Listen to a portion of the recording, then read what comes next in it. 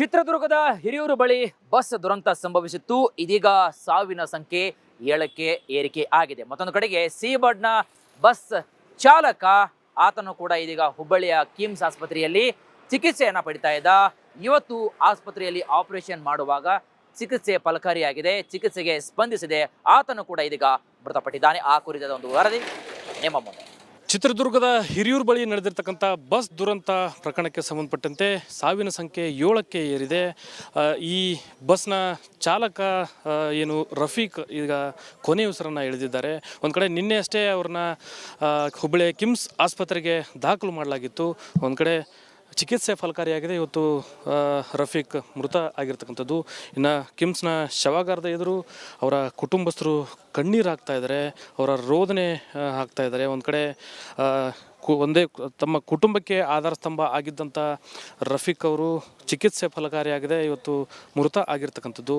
ಅವರ ಸಹೋದರ ಇದ್ದಾರೆ, ಅವ್ರನ್ನ ಮಾತಾಡಿಸ್ತಾ ಹೋಗ್ತೀನಿ. ಸರ್, ನಿನ್ನೆ ಚಿಕಿತ್ಸೆಗೆ ಇಲ್ಲಿ ದಾಖಲು ಮಾಡಿದ್ರಿ ನಿಮ್ಮ ಸಹೋದರನ? ಹೌದು ರೀ, ಕೆಮ್ಸಾಗಿ ಅಡ್ಮಿಟ್ ಮಾಡಿದ್ರಿ. ಅವ್ರ ಆಪ್ರೇಷನ್ ಆತು ರೀ.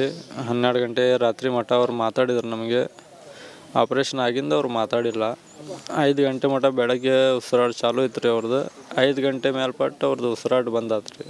ಟ್ರೀಟ್ಮೆಂಟ ಕಳ್ಳಿಗೆ ಪೆಟ್ಟು ಬಿದ್ದೈತಿ, ಆಪ್ರೇಷನ್ ಮಾಡ್ಬೇಕಂತ ಅವ್ರು ಕೇಳಿದ್ರಿ. ನಾವು ಮಾಡ್ರಿ ಅಂದ್ವಿ. ಅವ್ರು ಆಪ್ರೇಷನ್ ಮಾಡಿದ್ರಿ. ಮಾಡಿ ಅದು ಕಳ್ಳನ್ನು ತೆಗೆದು ಸೈಡ್ ಇಟ್ಟಿದ್ರಿ. ಅವರು ಡ್ಯಾಮೇಜ್ ಆಗಿದ್ವು. ಆಪ್ರೇಷನ್ ಆಗಿದ ಮೇಲೆ ಬೆಳಗ್ಗೆ 5 ಗಂಟೆ ಮಟ್ಟ ಉಸಿರು ತಗೊಳಕತ್ತಿದ್ರು ಅವರು. 5 ಗಂಟೆ ಮೇಲ್ಪಟ್ಟು ಉಸಿರು ಕಟ್ಟಾತ ಅವ್ರದ್ದು. ಎಷ್ಟು ವರ್ಷದಿಂದ ಕೆಲಸ ಮಾಡ್ತಾಯಿದ್ರು? ಬಸ್ ಎಷ್ಟು ವರ್ಷದಿಂದ ಓಡಿಸ್ತಾ? ಬಸ್ ಎಷ್ಟು ವರ್ಷದಿಂದ ಓಡಿಸ್ತಿದ್ದ ಅದು ನನಗೆ ಕನ್ಫರ್ಮ್ ಹೇಳ್ರಿ. ಬಟ್ ಗಾಡಿದು ಡ್ರೈವಿಂಗ್ ಕೆಲಸ ಅವರು 20-30 ವರ್ಷದಿಂದ ಅವ್ರು ಅದು ಮಾಡ್ತಾರೆ ರೀ. ಡ್ರೈವಿಂಗ್ ಕೆಲಸ ಭಾಳ ದಿವ್ಸಲಿಂದ ಮಾಡ್ತಾರೆ ಅವರು. ಬಸ್ ಯಾವಾಗಲಿಂದ ಓಡಿಸ್ತಿದ್ರು ಅದು ಪಕ್ಕ ನನಗೆ ಕನ್ಫರ್ಮ್ ಹೇಳ್ರಿ. ಇದು ಒಂದು ಕಡೆ ಅವರ ಕುಟುಂಬಸ್ಥರ ಅಳಲು. ಇನ್ನು ಅವರ ಸಹೋದರಿ ಇದ್ದಾರೆ, ಅವ್ರನ್ನ ಮಾತಾಡ್ತೀನಿ. ಅಮ್ಮ, ಯಾವಾಗ ನಿನ್ನೆ ಚಿಕಿತ್ಸೆಗೆ ಇಲ್ಲಿ ದಾಖಲು ಮಾಡಲಾಗಿತ್ತು, ಏನು ಚಿಕಿತ್ಸೆ ಫಲಕಾರಿ ಆಗಲಿಲ್ಲ? ಸ್ಕ್ಯಾನಿಂಗ್ ಮಾಡಿಸಿದ್ರು ಸರ್. ಸ್ಕ್ಯಾನಿಂಗ್ ಮಾಡಿಸಿಂದ ಅವ್ರು ಏನಂದ್ರಿ, ಹೊಟ್ಟೆ ಕಳ್ಳುಗಳೆಲ್ಲ ತೂತು ಬಿದ್ದಾವು, ಎಲ್ಲ ಕಳ್ಳೆಲ್ಲ ಕಪ್ಪಾಗ್ಯಾವು, ಆಪ್ರೇಷನ್ ಮಾಡಬೇಕು ಅಂತಂದ್ರಿ. ಮಾಡಿರಿ ಅಂತಂದಾಗ ಅವ್ರು ಏನಂದ್ರಿ, ನಾವು ಏನು ಈಗ ಗ್ಯಾರಂಟಿ ಕೊಡೋಂಗಿಲ್ಲಮ್ಮ, ನೀವು ಏನಾರ ಬರೆದು ಕೊಡ್ಬೇಕು ನಮಗೆ, ಅವ್ರ ಜವಾಬ್ದಾರಿ ಯಾರು ಹಾಕಿರಿ, ಅವ್ರ ಜವಾಬ್ದಾರಿ ಬರೆದು ಕೊಡ್ರಿ ಅಂತಂದ್ರಿ. ಜವಾಬ್ದಾರಿ ಕೊಡಲಿಲ್ಲ ಅಂತಂದ್ರೆ ಅವ್ರದ್ದು ಉಳಿಯಂಗಿಲ್ಲ ಅಂತಂದ್ರೆ. ಆಪ್ರೇಷನ್ ಮಾಡಲಿಲ್ಲ ಅಂದ್ರೆ ಆಗಲ್ಲ ಅನ್ಸರ ಅಂತಂದ್ರೆ, ಆಪ್ರೇಷನ್ ಮಾಡಲಿಲ್ಲ ಅಂದ್ರೆ ಅವ್ರು ಏನು ಉಳಿಯಂಗೇ ಇಲ್ಲ ಅಂತಂದ್ರಿ. ಹಂಗಾರೆ ಆಪ್ರೇಷನ್ ಮಾಡಿರಿ ನೀವು ಅಂತ ನಾವೆಲ್ಲ ಬರೆದು ಕೊಟ್ಟಿವಿ ಸರ್. ಅವ್ರು ಮಾಡಿದ್ರಿ. ನಿನ್ನೆ 12 ಗಂಟೆಗೆನ ತೊಗೊಂಬಂದು ಬೆಡ್ಡಿಗೆ ಹಾಕಿದ್ರು ಸರ್ ಅವರು. ಆವಾಗಿಂದ ಹೊಳ್ಳಿ ಅವರು ಬೆಳಿಗ್ಗೆ 5 ಗಂಟೆಗೆ ಸ್ವಲ್ಪ ಹೋಗೋಗಿ ನಾವು ನೋಡಿ ಬನ್ನಿ ಸರ. ಅವಾಗ ಎಚ್ಚರಿದ್ರಿ ಅವರು. ಸ್ವಲ್ಪ ಉಸಿರಾಟ ಇತ್ತು ಸರ. 6:30ಗೆ ಮತ್ತು ಡಾಕ್ಟ್ರ್ ಬಂದು ನೋಡಿಂದ, ಇಲ್ಲಮ್ಮ ಎಲ್ಲ ಉಸಿರಾಟ ಎಲ್ಲ ಕಡಿಮೆ ಆಗ್ಬಿಟ್ಟೈತಿ, ಮತ್ತು ಅವ್ರು ಉಳಿಯಂಗಿಲ್ಲ ಅಂತಂದ್ರೆ ಸರ್. ಇದಿಷ್ಟು ಬಸ್ ಚಾಲಕ ಮೃತ ಏನು ರಫೀಕ್ ಅವರ ಕುಟುಂಬಸ್ಥರ ಮಾತುಗಳು. ಒಂದು ಕಡೆ 3 ಮಕ್ಕಳ ತಂದೆ ಆಗಿರ್ತಕ್ಕಂಥ ರಫೀಕ್ ಇಡೀ ಕುಟುಂಬಕ್ಕೆ ಆಧಾರ ಸ್ತಂಭ ಆಗಿದ್ದರು. ಇವತ್ತು ಈ ದುರಂತದ ಹಿನ್ನೆಲೆಯಲ್ಲಿ ಏಕಾಏಕಿ ಕೊನೆಯುಸಿರನ್ನು ಎಳೆದಿದ್ದಾರೆ. ನಮಗೆ ದಿಕ್ಕೇ ತೋಚದಂತಾಗಿದೆ. ರಾಜ್ಯ ಸರ್ಕಾರ ಈ ನಿಟ್ಟಿನಲ್ಲಿ ಕುಟುಂಬಕ್ಕೆ ನೆರವಿನ ಹಸ್ತ ಚಾಚಬೇಕು, ಮುಂದಿನ ನಾವೊಂದು ಜೀವನೋಪಾಯಕ್ಕೆ ನಮಗೆ ಅನುಕೂಲ ಮಾಡಿಕೊಡ್ಬೇಕು ಅಂತಕ್ಕಂಥ ಅಳಲನ್ನು ತೋಡ್ಕೊಳ್ತಾ ಇದ್ದಾರೆ. ಕ್ಯಾಮ್ರಾ ಪರ್ಸನ್ ವಿನಾಯಕ್ ಪೂಜಾರ್ ಜೊತೆ ಪ್ರಕಾಶ್ ಹಿರೇಮಠ, ರಿಪಬ್ಲಿಕ್ ಕನ್ನಡ, ಹುಬ್ಬಳ್ಳಿ. ಚಿತ್ರದುರ್ಗದ ಹಿರಿಯೂರು ಬಳಿ ಬಸ್ ದುರಂತ ಸಂಭವಿಸಿತ್ತು. ಇದೀಗ ಸಾವಿನ ಸಂಖ್ಯೆ 7ಕ್ಕೆ ಏರಿಕೆ ಆಗಿದೆ. ಮತ್ತೊಂದು ಕಡೆಗೆ ಸೀಬರ್ಡ್ನ ಬಸ್ ಚಾಲಕ ಆತನು ಕೂಡ ಇದೀಗ ಹುಬ್ಬಳ್ಳಿಯ ಕಿಮ್ಸ್ ಆಸ್ಪತ್ರೆಯಲ್ಲಿ ಚಿಕಿತ್ಸೆಯನ್ನು ಪಡಿತಾ ಇದ್ದ. ಇವತ್ತು ಆಸ್ಪತ್ರೆಯಲ್ಲಿ ಆಪರೇಷನ್ ಮಾಡುವಾಗ ಚಿಕಿತ್ಸೆ ಫಲಕಾರಿಯಾಗಿದೆ, ಚಿಕಿತ್ಸೆಗೆ ಸ್ಪಂದಿಸಿದೆ. ಆತನು ಕೂಡ ಇದೀಗ ಮೃತಪಟ್ಟಿದ್ದಾನೆ. ಆ ಕುರಿತಾದ ಒಂದು ವರದಿ ನಿಮ್ಮ ಮುಂದೆ. ಚಿತ್ರದುರ್ಗದ ಹಿರಿಯೂರು ಬಳಿ ನಡೆದಿರ್ತಕ್ಕಂಥ ಬಸ್ ದುರಂತ ಪ್ರಕರಣಕ್ಕೆ ಸಂಬಂಧಪಟ್ಟಂತೆ ಸಾವಿನ ಸಂಖ್ಯೆ 7ಕ್ಕೆ ಏರಿದೆ. ಈ ಬಸ್ನ ಚಾಲಕ ಏನು ರಫೀಕ್ ಈಗ ಕೊನೆ ಉಸಿರನ್ನು ಎಳೆದಿದ್ದಾರೆ. ಒಂದು ಕಡೆ ನಿನ್ನೆ ಅಷ್ಟೇ ಅವ್ರನ್ನ ಹುಬ್ಬಳ್ಳಿಯ ಕಿಮ್ಸ್ ಆಸ್ಪತ್ರೆಗೆ ದಾಖಲು ಮಾಡಲಾಗಿತ್ತು. ಒಂದು ಕಡೆ ಚಿಕಿತ್ಸೆ ಫಲಕಾರಿಯಾಗಿದೆ. ಇವತ್ತು ರಫೀಕ್ ಮೃತ ಆಗಿರ್ತಕ್ಕಂಥದ್ದು. ಇನ್ನು ಕಿಮ್ಸ್ನ ಶವಾಗಾರದ ಎದುರು ಅವರ ಕುಟುಂಬಸ್ಥರು ಕಣ್ಣೀರು ಹಾಕ್ತಾ ಇದ್ದಾರೆ, ಅವರ ರೋದನೆ ಹಾಕ್ತಾ ಇದ್ದಾರೆ. ಒಂದು ಕಡೆ ಒಂದೇ ತಮ್ಮ ಕುಟುಂಬಕ್ಕೆ ಆಧಾರ ಸ್ತಂಭ ಆಗಿದ್ದಂಥ ರಫೀಕ್ ಅವರು ಚಿಕಿತ್ಸೆ ಫಲಕಾರಿಯಾಗಿದೆ, ಇವತ್ತು ಮೃತ ಆಗಿರ್ತಕ್ಕಂಥದ್ದು. ಅವರ ಸಹೋದರ ಇದ್ದಾರೆ, ಅವ್ರನ್ನ ಮಾತಾಡಿಸ್ತಾ ಹೋಗ್ತೀನಿ.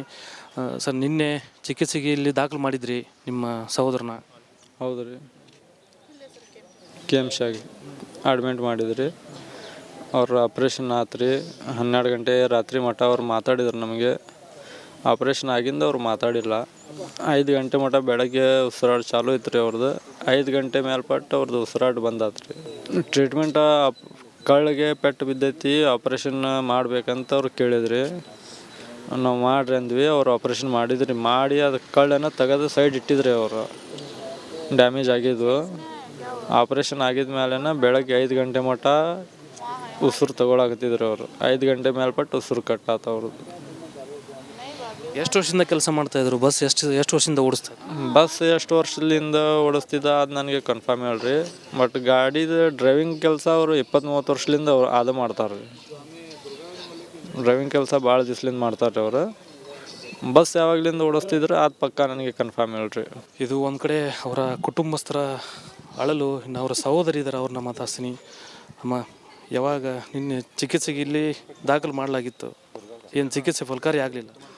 ಸ್ಕ್ಯಾನಿಂಗ್ ಮಾಡಿಸಿದ್ರು ಸರ್. ಸ್ಕ್ಯಾನಿಂಗ್ ಮಾಡಿಸಿಂದ ಅವ್ರೇನಂದ್ರಿ ಹೊಟ್ಯಾಗ ಕಳ್ಳುಗಳೆಲ್ಲ ತೂತು ಬಿದ್ದಾವು, ಎಲ್ಲ ಕಳ್ಳೆಲ್ಲ ಕಪ್ಪಾಗ್ಯಾವು, ಆಪ್ರೇಷನ್ ಮಾಡಬೇಕು ಅಂತಂದ್ರಿ. ಮಾಡಿರಿ ಅಂತಂದಾಗ ಅವ್ರೇನಂದ್ರಿ, ನಾವು ಏನು ಈಗ ಗ್ಯಾರಂಟಿ ಕೊಡೋಂಗಿಲ್ಲಮ್ಮ, ನೀವು ಏನಾರ ಬರೆದು ಕೊಡ್ಬೇಕು ನಮಗೆ, ಅವ್ರ ಜವಾಬ್ದಾರಿ ಯಾರು ಹಾಕಿರಿ, ಅವ್ರ ಜವಾಬ್ದಾರಿ ಬರೆದು ಕೊಡ್ರಿ ಅಂತಂದ್ರಿ. ಜವಾಬ್ದಾರಿ ಕೊಡಲಿಲ್ಲ ಅಂತಂದ್ರೆ ಅವ್ರದ್ದು ಉಳಿಯಂಗಿಲ್ಲ ಅಂತಂದ್ರಿ. ಆಪ್ರೇಷನ್ ಮಾಡಲಿಲ್ಲ ಅಂದ್ರೆ ಆಗಲ್ಲ ಅನ್ಸರ ಅಂತಂದ್ರೆ, ಆಪ್ರೇಷನ್ ಮಾಡಲಿಲ್ಲ ಅಂದ್ರೆ ಅವ್ರು ಏನು ಉಳಿಯಂಗೇ ಇಲ್ಲ ಅಂತಂದ್ರಿ. ಹಂಗಾರೆ ಆಪ್ರೇಷನ್ ಮಾಡಿರಿ ನೀವು ಅಂತ ನಾವೆಲ್ಲ ಬರೆದು ಕೊಟ್ಟಿವಿ ಸರ್. ಅವ್ರು ಮಾಡಿದ್ರಿ. ನಿನ್ನೆ 12 ಗಂಟೆಗೆನ ತೊಗೊಂಬಂದು ಬೆಡ್ಡಿಗೆ ಹಾಕಿದ್ರು ಸರ್ ಅವರು. ಆವಾಗಿಂದ ಹೊಳ್ಳಿ ಅವರು ಬೆಳಿಗ್ಗೆ 5 ಗಂಟೆಗೆ ಸ್ವಲ್ಪ ಹೋಗೋಗಿ ನಾವು ನೋಡಿ ಬನ್ನಿ ಸರ. ಅವಾಗ ಎಚ್ಚರಿದ್ರಿ ಅವರು. ಸ್ವಲ್ಪ ಉಸಿರಾಟ ಇತ್ತು ಸರ. 6:30ಗೆ ಮತ್ತು ಡಾಕ್ಟ್ರ್ ಬಂದು ನೋಡಿಂದ, ಇಲ್ಲಮ್ಮ ಎಲ್ಲ ಉಸಿರಾಟ ಎಲ್ಲ ಕಡಿಮೆ ಆಗ್ಬಿಟ್ಟೈತಿ, ಮತ್ತು ಅವ್ರು ಉಳಿಯಂಗಿಲ್ಲ ಅಂತಂದ್ರೆ ಸರ್. ಇದಿಷ್ಟು ಬಸ್ ಚಾಲಕ ಮೃತ ಏನು ರಫೀಕ್ ಅವರ ಕುಟುಂಬಸ್ಥರ ಮಾತುಗಳು. ಒಂದು ಕಡೆ 3 ಮಕ್ಕಳ ತಂದೆ ಆಗಿರ್ತಕ್ಕಂಥ ರಫೀಕ್ ಇಡೀ ಕುಟುಂಬಕ್ಕೆ ಆಧಾರ ಸ್ತಂಭ ಆಗಿದ್ದರು. ಇವತ್ತು ಈ ದುರಂತದ ಹಿನ್ನೆಲೆಯಲ್ಲಿ ಏಕಾಏಕಿ ಕೊನೆಯುಸಿರನ್ನು ಎಳೆದಿದ್ದಾರೆ. ನಮಗೆ ದಿಕ್ಕೇ ತೋಚದಂತಾಗಿದೆ. ರಾಜ್ಯ ಸರ್ಕಾರ ಈ ನಿಟ್ಟಿನಲ್ಲಿ ಕುಟುಂಬಕ್ಕೆ ನೆರವಿನ ಹಸ್ತ ಚಾಚಬೇಕು, ಮುಂದಿನ ನಾವೊಂದು ಜೀವನೋಪಾಯಕ್ಕೆ ನಮಗೆ ಅನುಕೂಲ ಮಾಡಿಕೊಡ್ಬೇಕು ಅಂತಕ್ಕಂಥ ಅಳಲನ್ನು ತೋಡ್ಕೊಳ್ತಾ ಇದ್ದಾರೆ. ಕ್ಯಾಮ್ರಾ ಪರ್ಸನ್ ವಿನಾಯಕ್ ಪೂಜಾರ್ ಜೊತೆ ಪ್ರಕಾಶ್ ಹಿರೇಮಠ, ರಿಪಬ್ಲಿಕ್ ಕನ್ನಡ, ಹುಬ್ಬಳ್ಳಿ. ಚಿತ್ರದುರ್ಗದ ಹಿರಿಯೂರು ಬಳಿ ಬಸ್ ದುರಂತ ಸಂಭವಿಸಿತ್ತು. ಇದೀಗ ಸಾವಿನ ಸಂಖ್ಯೆ 7ಕ್ಕೆ ಏರಿಕೆ ಆಗಿದೆ. ಮತ್ತೊಂದು ಕಡೆಗೆ ಸಿಬಡ್ನ ಬಸ್ ಚಾಲಕ ಆತನು ಕೂಡ ಇದೀಗ ಹುಬ್ಬಳ್ಳಿಯ ಕಿಮ್ಸ್ ಆಸ್ಪತ್ರೆಯಲ್ಲಿ ಚಿಕಿತ್ಸೆಯನ್ನು ಪಡಿತಾ ಇದ್ದ. ಇವತ್ತು ಆಸ್ಪತ್ರೆಯಲ್ಲಿ ಆಪರೇಷನ್ ಮಾಡುವಾಗ ಚಿಕಿತ್ಸೆ ಫಲಕಾರಿಯಾಗಿದೆ. ಚಿಕಿತ್ಸೆಗೆ ಸ್ಪಂದಿಸಿದೆ. ಆತನು ಕೂಡ ಇದೀಗ ಮೃತಪಟ್ಟಿದ್ದಾನೆ. ಆ ಕುರಿತಾದ ಒಂದು ವರದಿ ನಿಮ್ಮ ಮುಂದೆ. ಚಿತ್ರದುರ್ಗದ ಹಿರಿಯೂರು ಬಳಿ ನಡೆದಿರ್ತಕ್ಕಂಥ ಬಸ್ ದುರಂತ ಪ್ರಕರಣಕ್ಕೆ ಸಂಬಂಧಪಟ್ಟಂತೆ ಸಾವಿನ ಸಂಖ್ಯೆ 7ಕ್ಕೆ ಏರಿದೆ. ಈ ಬಸ್ನ ಚಾಲಕ ಏನು ರಫೀಕ್ ಈಗ ಕೊನೆಯುಸಿರನ್ನು ಎಳೆದಿದ್ದಾರೆ. ಒಂದು ಕಡೆ ನಿನ್ನೆ ಅಷ್ಟೇ ಅವ್ರನ್ನ ಹುಬ್ಬಳ್ಳಿಯ ಕಿಮ್ಸ್ ಆಸ್ಪತ್ರೆಗೆ ದಾಖಲು ಮಾಡಲಾಗಿತ್ತು. ಒಂದು ಕಡೆ ಚಿಕಿತ್ಸೆ ಫಲಕಾರಿಯಾಗಿದೆ. ಇವತ್ತು ರಫೀಕ್ ಮೃತ ಆಗಿರ್ತಕ್ಕಂಥದ್ದು. ಇನ್ನು ಕಿಮ್ಸ್ನ ಶವಾಗಾರದ ಎದುರು ಅವರ ಕುಟುಂಬಸ್ಥರು ಕಣ್ಣೀರು ಹಾಕ್ತಾ ಇದ್ದಾರೆ, ಅವರ ರೋದನೆ ಹಾಕ್ತಾ ಇದ್ದಾರೆ. ಒಂದು ಕಡೆ ತಮ್ಮ ಕುಟುಂಬಕ್ಕೆ ಆಧಾರ ಸ್ತಂಭ ಆಗಿದ್ದಂಥ ರಫೀಕ್ ಅವರು ಚಿಕಿತ್ಸೆ ಫಲಕಾರಿಯಾಗಿದೆ. ಇವತ್ತು ಮೃತ ಆಗಿರ್ತಕ್ಕಂಥದ್ದು. ಅವರ ಸಹೋದರ ಇದ್ದಾರೆ, ಅವ್ರನ್ನ ಮಾತಾಡಿಸ್ತಾ ಹೋಗ್ತೀನಿ. ಸರ್, ನಿನ್ನೆ ಚಿಕಿತ್ಸೆಗೆ ಇಲ್ಲಿ ದಾಖಲು ಮಾಡಿದ್ರಿ ನಿಮ್ಮ ಸಹೋದರನ? ಹೌದು ರೀ, KIMS ಆಗಿ ಅಡ್ಮಿಟ್ ಮಾಡಿದ್ರಿ. ಅವ್ರ ಆಪ್ರೇಷನ್ ಆತ್ರಿ 12 ಗಂಟೆ ರಾತ್ರಿ ಮಟ್ಟ ಅವ್ರು ಮಾತಾಡಿದ್ರು ನಮಗೆ. ಆಪ್ರೇಷನ್ ಆಗಿಂದ ಅವ್ರು ಮಾತಾಡಿಲ್ಲ. 5 ಗಂಟೆ ಮಟ್ಟ ಬೆಳಗ್ಗೆ ಉಸಿರಾಟ ಚಾಲೂ ಇತ್ತು ರೀ ಅವ್ರದ್ದು. 5 ಗಂಟೆ ಮೇಲ್ಪಟ್ಟು ಅವ್ರದ್ದು ಉಸಿರಾಟ ಬಂದಾತ್ರಿ. ಟ್ರೀಟ್ಮೆಂಟ್ ಕಳ್ಳಿಗೆ ಪೆಟ್ಟು ಬಿದ್ದೈತಿ, ಆಪ್ರೇಷನ್ ಮಾಡ್ಬೇಕಂತ ಅವ್ರು ಕೇಳಿದ್ರಿ. ನಾವು ಮಾಡ್ರಿ ಅಂದ್ವಿ. ಅವ್ರು ಆಪ್ರೇಷನ್ ಮಾಡಿದ್ರಿ. ಮಾಡಿ ಅದು ಕಳ್ಳನ್ನು ತೆಗೆದು ಸೈಡ್ ಇಟ್ಟಿದ್ರಿ. ಅವರು ಡ್ಯಾಮೇಜ್ ಆಗಿದ್ವು. ಆಪ್ರೇಷನ್ ಆಗಿದ ಮೇಲೆ ಬೆಳಗ್ಗೆ 5 ಗಂಟೆ ಮಟ್ಟ ಉಸಿರು ತಗೊಳಕತ್ತಿದ್ರು ಅವರು. 5 ಗಂಟೆ ಮೇಲ್ಪಟ್ಟು ಉಸಿರು ಕಟ್ಟಾತ ಅವ್ರದ್ದು.